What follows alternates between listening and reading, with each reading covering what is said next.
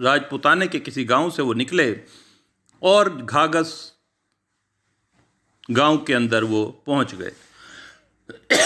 گھاگس گاؤں میں جب وہ پہنچے تو وہاں کے گاؤں والوں سے ملے، وہ لوگوں نے انہیں وہاں کے واقعات بتائے کہ یہاں جی ہر مہینے کے اندر کوئی بھی کنواری لڑکی کو کسی بھی گاؤں سے وہ چڑیل لاتی ہے اور اس درخت کے نیچے اس کا سارا خون پی کے اور وہ غائب ہو جاتی ہے۔ صبح جو ہے اور لڑکیوں کی جو لاش ملتی ہے وہ بالکل پیلے رنگ کی ہوتی ہے، جس کے اندر خون نہیں ہوتا۔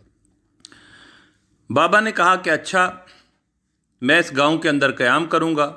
بابا کو ایک کمرہ دے دیا گیا وہاں پہ، جس کے اوپر چھپرا سا پڑا ہوا تھا۔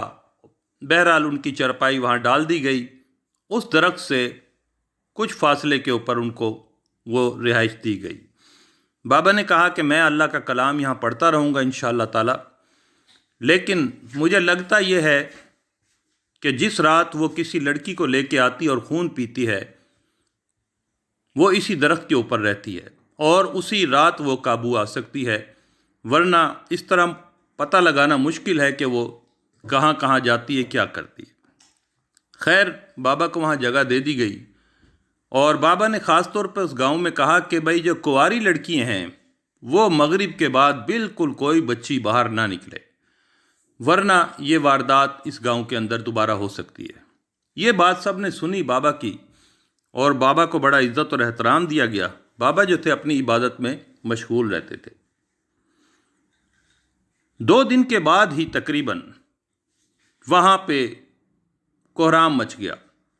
صبح کا ٹائم تھا، جب لوگ فجر کے لیے نکلنا شروع ہوئے تو وہاں پہ وہ لاش پڑی ہوئی تھی۔ بابا کو جب اطلاع ملی تو بابا اٹھ کے گئے، انہوں نے جا کے دیکھا۔ انہوں نے کہا ٹھیک ہے، فجر کی نماز میں پڑھ کے آتا ہوں اور یہ آج ہی میں انشاءاللہ اس کو قابو کروں گا۔ بابا جمن جتی نے فجر کی نماز پڑھی سب کے ساتھ اور اس درخت کے نیچے آ گئے۔ سب لوگوں سے کہا کہ تم دور دور ہٹ جاؤ، بالکل اس کے سامنے کوئی نہ آئے، کیونکہ اب یہ وار مجھ پہ کرے گی اور انشاءاللہ اس کے وار کو میں روکوں گا اور اس کو ختم کروں گا۔ بابا نے فجر کی نماز کے بعد وہاں آ کر اس درخت کے نیچے اللہ کا کلام پڑھتے رہے۔ پڑھنے کے بعد انہوں نے ایک وہاں پر کڑا بنایا جسے کہتے ہیں دائرہ۔ اس دائرے کے اندر بابا بیٹھ گئے۔ جب بابا اس دائرے کے اندر بیٹھ گئے اور انہوں نے اللہ کا کلام پڑھنا شروع کیا، وہ کافی دیر پڑھتے رہے۔ اس کے بعد ایک خوفناک منظر شروع ہوا۔ خوفناک منظر یہ تھا کہ جیسے جیسے بابا پڑھائی کر رہے تھے، وہ چڑیل واقعی اس درخت کے اوپر اس ٹائم موجود تھی۔ اس نے تازہ خون پیا ہوا تھا اس لڑکی کا۔ اس درخت کے اوپر سے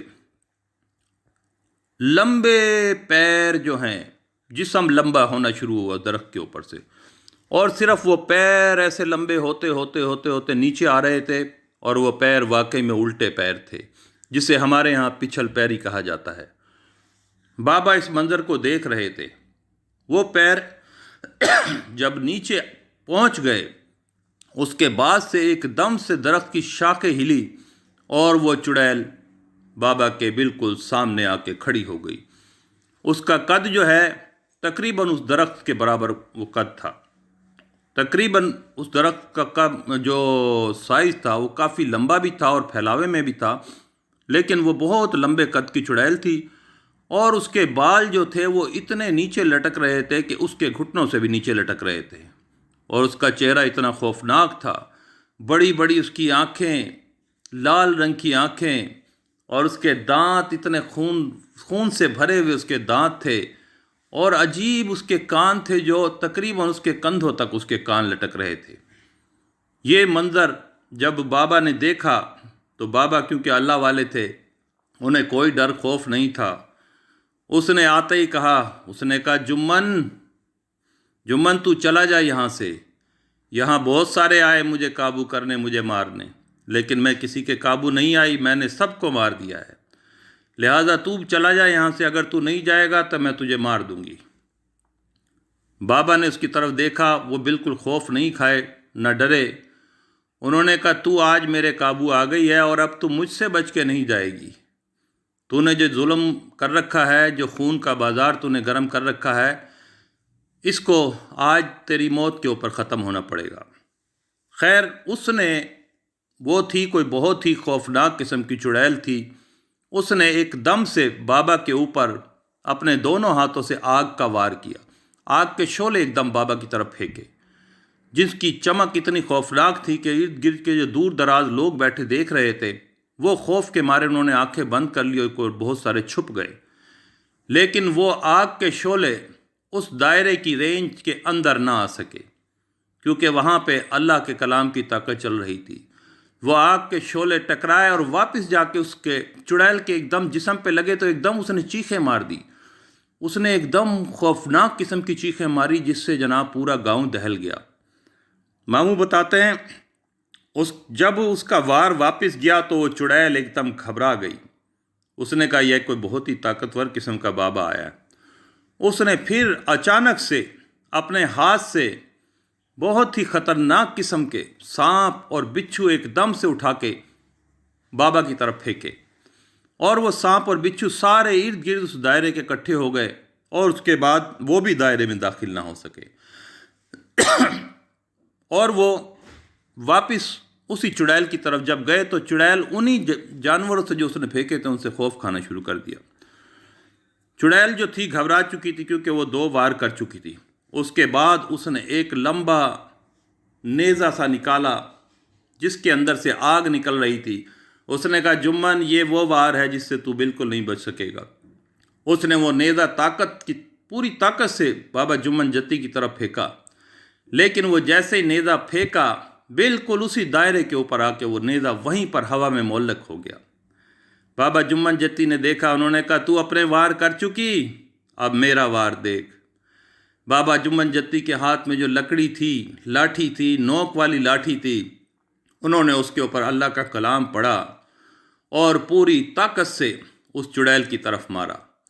جو پوری طاقت سے مارا تو وہ لٹھی جو تھی سیدھی جا کے اس چڑیل کے بیچ میں لگی، اور جیسے ہی اس چڑیل کے بیچ میں وہ لٹھی لگی، اس کی خوفناک چیخیں نکلی۔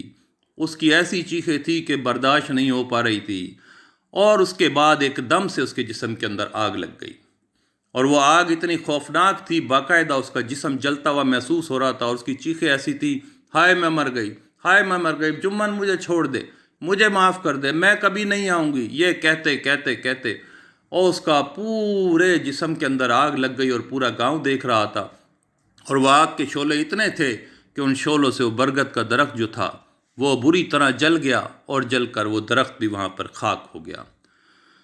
جب درخت بھی جل کے خاک ہو گیا اور چڑیل بھی خاک ہو گئی، اس کے بعد بابا کچھ دیر اس دائرے میں بیٹھے رہے، اور اس کے بعد وہ کلام پڑھ کے اس دائرے سے باہر آئے، اور بابا نے کہا تمام گاؤں والوں باہر آ جاؤ۔